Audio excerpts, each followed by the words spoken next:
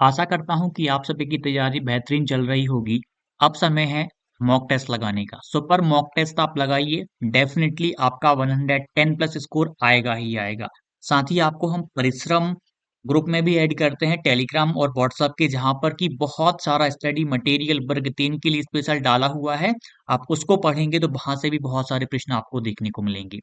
Success classes की link description में भी दी हुई है। प्ले स्टोर पर जाकर के आप वहां से भी डाउनलोड कर सकते हैं। Welcome to success classes. आशा करता हूँ कि आप सभी स्वस्थ होंगे और आपकी तैयारी बेहतरीन चल रही होगी। अब आपकी परीक्षा बहुत ही नज़दीक है और ये जो टाइम आपके पास है इतना महत्वपूर्ण है कि इसकी अहमियत को वह ज़्यादा समझेंगे जो 2022 के एग्ज़ाम में असफल हो गए थे। जब परीक्षा क्लोज आ जाती है तो कितना महत्वपूर्ण टाइम रहता है। वैसे इसकी इम्पोर्टेंस को तो हर एक अभ्यर्थी समझ रहा होगा कि इस टाइम हमने मेहनत नहीं करी तो क्या होगा। तो नोटिफिकेशन को लेके बात करेंगे, कब से आप नोटिफिकेशन डाउनलोड कर पाएंगे। और एक और चीज़ बहुत ही महत्वपूर्ण मैंने यहाँ पे लिख रखा है, मैं बात करूँगा कौन से विषय में कितना स्कोर करना है कि आप क्वालिफाइड हो जाओ। और यदि आपको 110 115 तक लाना है, किन का आएगा ये स्कोर, उनकी भी बात करेंगे कि 120 तक आप कैसे जा सकते हो। कौन से विषय में कितना लेके आओ, डिफ़िकल्टी लेवल के हिसाब से मैंने दो टेबल बनाई हुई हैं। एक उनके लिए जो क्वालिफाइड होना चाहते हैं, एक उनके लिए जो काफ़ी अच्छा स्कोर करना चाहते हैं। तो उससे पहले हम कुछ डाउट आपके ले लेते हैं जो कि बहुत ही महत्वपूर्ण आपके लिए सिद्ध होंगे, आपकी तैयारी में भी हेल्प करेंगे। पहला प्रश्न है दीक्षा ठाकुर। सर मेरे नंबर PYQ में 108, 106, 105 के लगभग आते हैं। उसके नीचे वाले एग्ज़ाम में 94, 92 आते हैं। नंबर कैसे बढ़ाएं? आपका PYQ वाले जो हमने अपलोड करे हैं बहुत अच्छा स्कोर आ रहा है, आपका 100 से ऊपर रह रहा है। मतलब आपकी तैयारी इसके आधार पे कहे तो बेहतरीन है। जो नीचे वाले टेस्ट हैं वो हमने फ्रेश FLTs हैं 2024 को ध्यान में रखकर बनाए हुए हैं कि यदि थोड़ा सा भी पेपर टफ होता है तो आपका वहाँ से कवर हो जाए। आपका वहाँ पर भी स्कोर अच्छा है, 90 से ऊपर आ रहा है। सुनील पटवा, मेरे नंबर 76.99 थे, नॉर्मलाइज्ड के बाद 72.02 नंबर कर दिए, डिसक्वालीफाइड कर दिया 2022 के एग्ज़ाम में। इनके माध्यम से आप, सुनील जी के माध्यम से आप खुद देखिए नॉर्मलाइजेशन कितनी ख़राब चीज़ है, कितनी मतलब ख़राब ही कहूँगा मैं। नंबर बढ़ रहे हैं तो ठीक है, पॉजिटिव पक्ष है, पहलू है, लेकिन जब नंबर कम रहे हैं तो 76.99 मार्क्स से इनको 72 पे पहुँचा दिया गया, डिसक्वालीफाइड हो गए ये। तो कोशिश करना कि क्वालिफाइंग मार्क्स से आपका ज़्यादा आए। आप रिजर्वेशन कैटेगरी से हो, आपको 75 नंबर चाहिए तो कोशिश करो कि 90 के आसपास चले जाओ आप, या 90 के प्लस आप चले ही जाओ। यदि आप UR के हो, अदर स्टेट के हो, तो आप कोशिश करो कि आपका 105 प्लस आ ही जाए। यदि 105 प्लस आ गया तो निश्चिंत हो जाना, आप चयन की तैयारी में लग जाना। फिर हॉलीवुड, सर मैं ST से हूँ पर मुझे आपके वीडियोस देखकर मोटिवेशन मिलता है। मेरे 100 प्लस नंबर आ जाएंगे, बस आपका आशीर्वाद बना रहे, जोहार। आप मेहनत करिए, आपका स्कोर अच्छा जाएगा। वैसे क्वालिफाइंग मार्क्स आपके लिए जो OBC, SC, ST और EWS 75 मार्क्स हैं, लेकिन आप फिर भी कोशिश करो कि 100 प्लस की आपकी सोच है, आपकी तैयारी है तो आएगा। चेतना ठाकुर, सर 2022 टेट एग्ज़ाम 87 थे विकलांग, तो आपका तो क्वालिफाइड है। आपने विकलांग कैटेगरी से आपने करा हुआ था, कोई दिक्कत नहीं है, लेकिन फिर भी आप अनुभव के लिए परीक्षा जरूर दीजिएगा।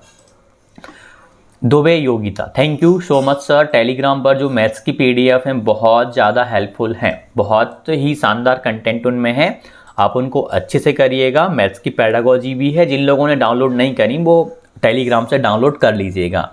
साथ में एप्लीकेशन पे भी, सक्सेस क्लासेस एप्लीकेशन पे भी हमने डाउनलोड करी हुई हैं। जो लोग वहाँ पे ज्वाइन हैं वो लोग वहाँ से कर सकते हैं, आप ज्वाइन नहीं हो तो आप टेलीग्राम से कर सकते हो।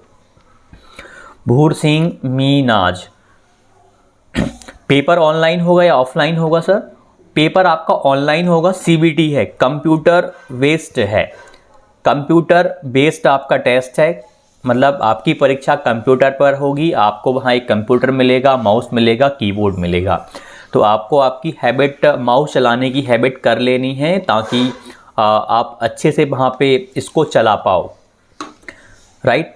अगला वाला करते हैं, और थोड़ा सा पीसी चलाने की आप कोशिश कर लेना, जिसके भी आपके पास नहीं है तो किसी ना किसी के पास होगा। हैबिट आपकी अभी से हो जाएगी तो आप वहाँ पे एक अलग सा फील नहीं करेंगे, आप बिल्कुल ही फैमिलियर फील करेंगे कि हाँ मैं चलाता रहता हूँ। जो लोग लैपटॉप या कंप्यूटर पे वर्क करते हैं काफ़ी हद तक वो और अच्छा परफॉर्म कर जाते हैं, और जिनके साथ प्रॉब्लम आती वो इस वजह से भी गलत कर देते हैं। शांतनु घोष,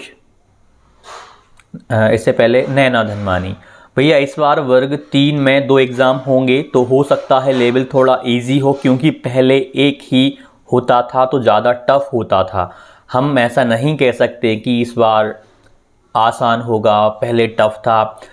ईएसबी का कोई भरोसा मत करिएगा आप, कब कहाँ क्या हो जाए। ऐसा आपको तो ये मान के चलना है कि पेपर ठीक ठाक लेवल का आता है और मेरी तैयारी अच्छी है, मुझे अच्छा स्कोर करना है।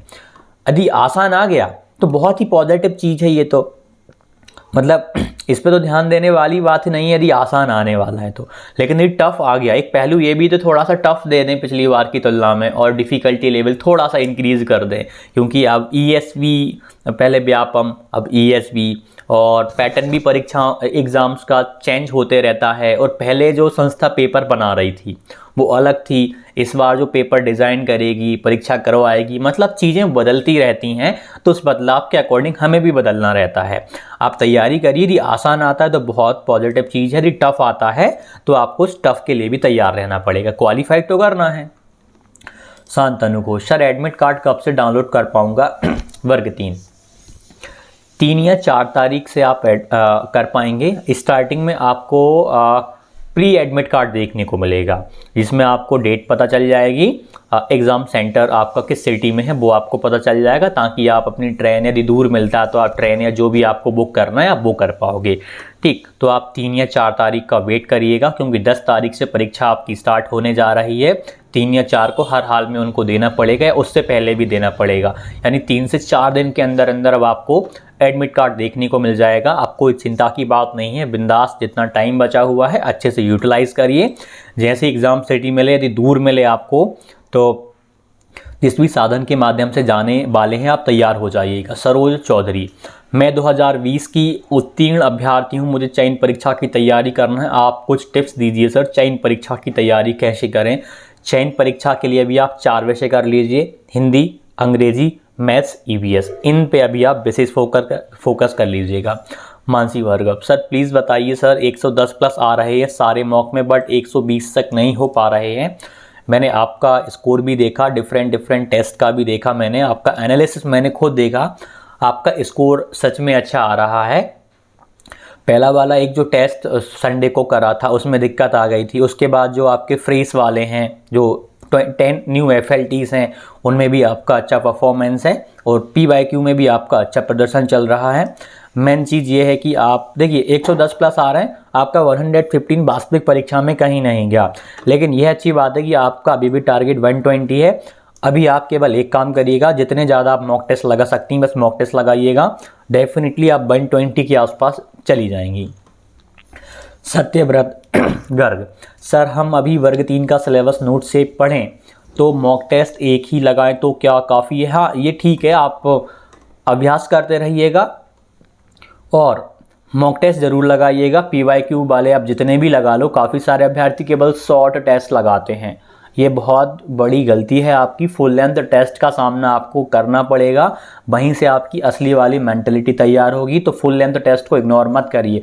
काफ़ी सारे अभ्यर्थी छोटे छोटे बहुत सारे 50 मॉक लगा लिए छोटे छोटे, और कहते हैं कि यार मैंने तो 50 मॉक पूरे कर लिए। ये 50 मॉक मतलब एक फुल लेंथ टेस्ट के बराबर ही मैं इनको कहूँगा, ठीक। उसमें आपने कोई बहुत बड़ी चीज़ नहीं कर लिया, 2 या 3 फुल लेंथ टेस्ट के बराबर मान लो, लेकिन फुल लेंथ टेस्ट नहीं करेंगे तब तक काम नहीं चलेगा। हाँ मॉक फुल लेंथ की बात कर रहे हैं तो बढ़िया, कोशिश करो कि यदि 2 लगा पाओ तो और भी बढ़िया।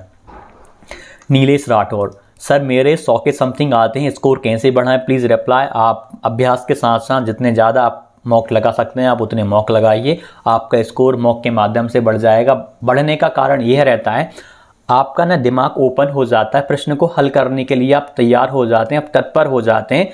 अलग टाइप का प्रश्न भी आ गया तो आपका दिमाग ना एक्टिव मोड में रहता है। यदि एक अभ्यर्थी है जो बहुत सारे प्रश्नों का अभ्यास करके जा रहा है परीक्षा में, उसको पता है कि मुझे प्रश्न को कैसे हल करना है, और एक ऐसा अभ्यर्थी भी है जिसने कभी मॉक लगाया ही नहीं, प्रैक्टिस करी ही नहीं, तो वो परीक्षा में जाएगा तो अच्छा स्कोर नहीं कर पाएगा। उसको तरीका ही नहीं पता कि प्रश्न को कैसे हल किया जाता है, कौन से प्रश्न को छोड़ा जाता है, कौन से प्रश्न को 2 बार 3 बार पढ़ा जाता है, उसको पता ही नहीं है। महेंद्र प्रताप सिंह, मेरे 79-80 आ रहे हैं, संस्कृत हिंदी कम आ रहे हैं। आपका देखिए, आप संस्कृत और हिंदी में फोकस कर लीजिए, लैंग्वेजेस है इनमें तो अधिकतर अभ्यर्थी 20+, 25+ लाते हैं, तो थोड़ा सा ध्यान दीजिए, आप इनमें अच्छा कर पाएंगे। ठीक, अब हम एक नंबर की बात करें कि आप कौन से विषय में कितना नंबर लेके आए। ध्यान दीजिएगा कि आपका क्वालिफाइड हो जाए। मैं मिनिमम से मिनिमम मार्क्स बताऊंगा, फिर मैं मैक्सिमम से मैक्सिमम मार्क्स बताऊंगा। यदि आप ईवीएस यदि टफ भी आती है आपकी ना, तो 15 नंबर आपके कहीं नहीं जाने चाहिए। 15 नंबर क्यों कहीं नहीं जाएंगे? इसमें आपकी मान लीजिए कम से कम 10 नंबर की पेडागोजी तो आपको ईवीएस में देंगे, तो वो 10 नंबर की पेडागोजी आप खुद बताइए मुझे, क्या 10 में से आपकी पेडागोजी इतनी वीक है सब्जेक्ट वाली कि आप 7-8 नंबर नहीं ला पाएंगे? आसानी से आप ला पाएंगे। और ईवीएस का कंटेंट आपने पढ़ा हुआ है, उसमें भी तो आप कुछ अच्छा करेंगे। मतलब मैं यदि केवल 50% की बात कर रहा हूँ, यदि ईवीएस टफ भी आती है। और यदि हम सीडीपी की बात, ईवीएस का हमने 15 लिया, सीडीपी में आप 20 ला सकते हो, मैथ्स में 20 आ जाएंगी, हिंदी में तो 20 कहीं नहीं गए हैं यदि आप अच्छे से कर ले तो। हिंदी का तो मैंने मिनिमम में 20 नहीं, मुझे और ज़्यादा रखना था।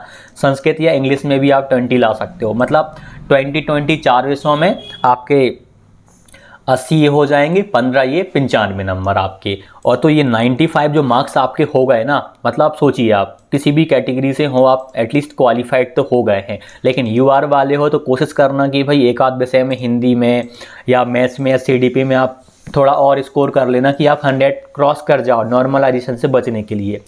यदि मैं उनकी बात करूँ जिनके 120 आएंगी, वो कैसे ला सकते हैं?